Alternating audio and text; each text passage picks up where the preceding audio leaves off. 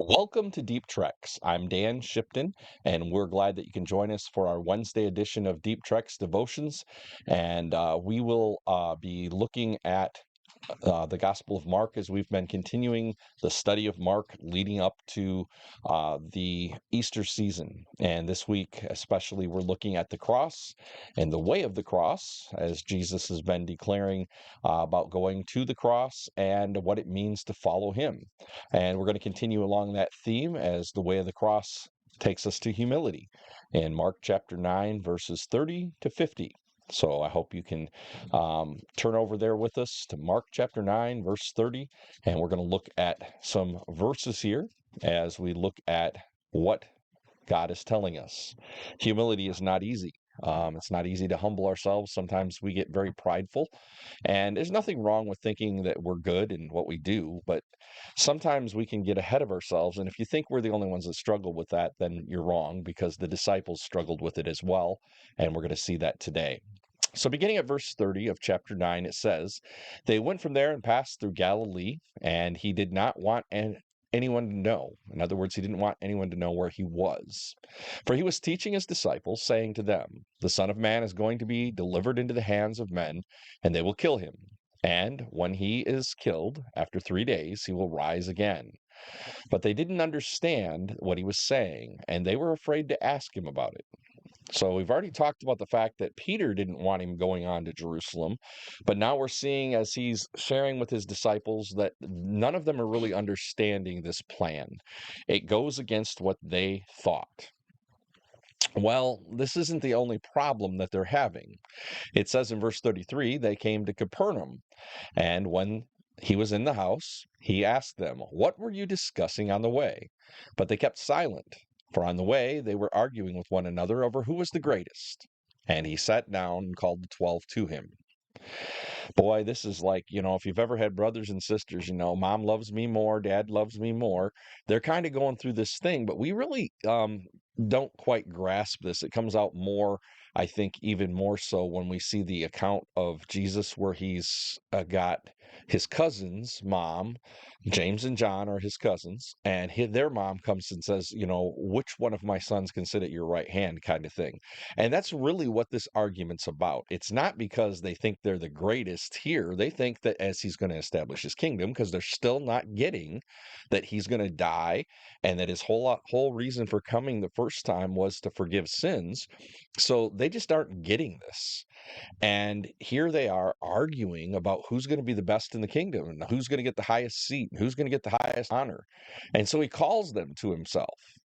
And he's asking them what they're discussing, but he already knows because God knows all things. Jesus knows all things. And he says, "If anyone would be first, he must be last and all the servants." And he took a child and put him in the midst of them. And taking his arms, he said, "Whoever receives one such child in my name receives me.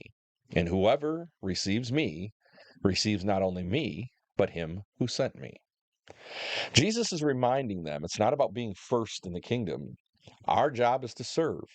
And he's basically saying, by bringing the child into the conversation, he's basically saying, you need to be innocent. You need to be calm. You just need to be one who wants to learn. Because those are the ones that are going to be the best in the kingdom of God, those that are hungry to learn, as a child would be hungry to learn.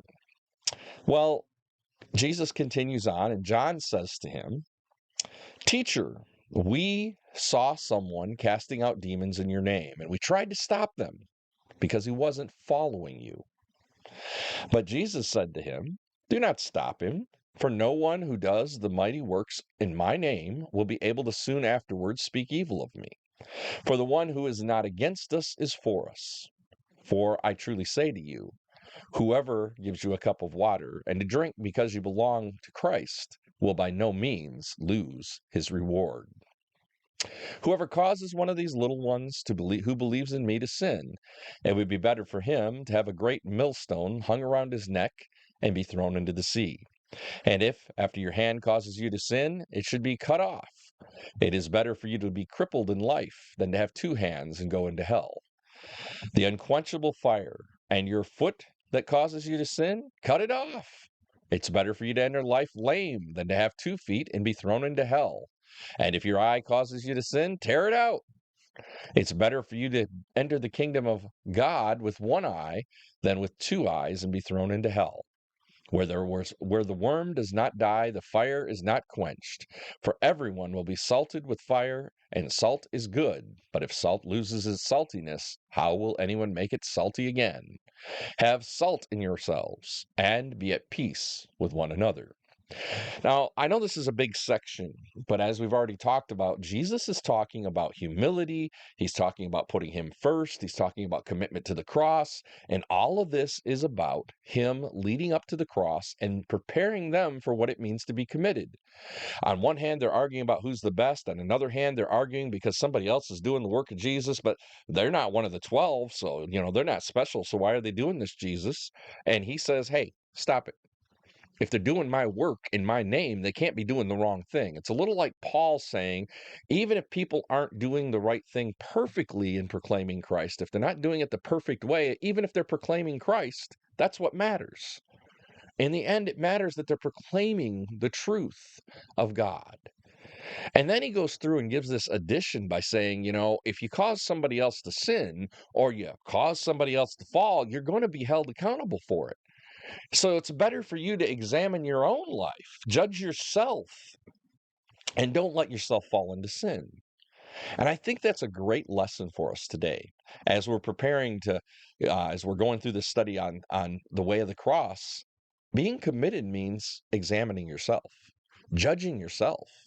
We don't go around judging other people like John was saying, hey, look at so-and-so over there. He's not really following us. He's not one of the 12.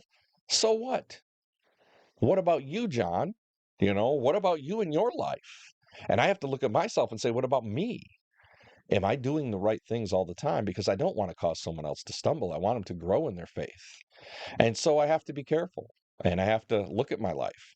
Now, Jesus uses hyperbole here. He's not saying we go cut our hands off or pull our eye out. He's using that as hyperbole to say it's better if you were to do that than to sin and cause others to follow you into sin. So it's better if you keep yourself on guard and you judge yourself strongly. Now, this is one area where I can honestly say sometimes we go beyond, and we as Christians or even as humans sometimes are our worst judge. But sometimes we do have to be harsh with ourselves. We have to be realistic and say, I'm not perfect. I'm not doing the right things all the time. And so to judge myself in the better way, I want to avoid sin. And sometimes that means being a little harder on myself. And there's nothing wrong with that. Now, we can take it to the extreme. You hear these weird stories like we get out of some backgrounds, traditional backgrounds where, people go around basically, they force themselves into a false humility of poverty or they beat themselves or whatever. That's not what Jesus is saying here. He's basically saying, judge yourself deeply and hold yourself to a higher standard. That's what the commitment of the cross is all about.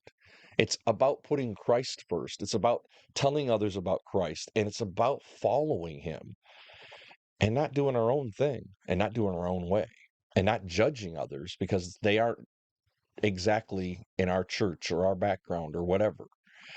If they're focused on Christ, that's all that matters, that they know Jesus.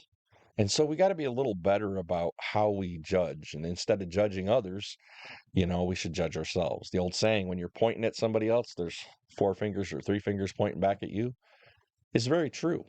We should look at ourselves. And Jesus says in other places, pull the log out of your own eye instead of looking at a little speck of dust in your brother's eye.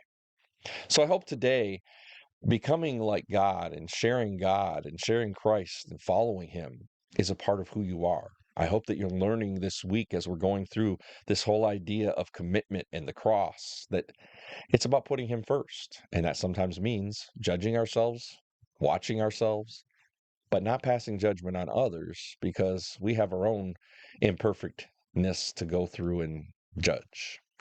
I hope that God blesses you today, and I hope that you grow in his understanding and that you can grow in him and become a great follower of him. May God bless you on the journey with Christ today.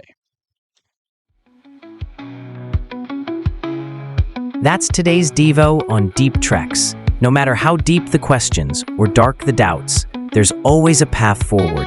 Reach out at deeptreks.com with prayer needs or topics you'd like us to explore. Keep trekking. Renewal is never far away. Be blessed on the journey and bless others along the way.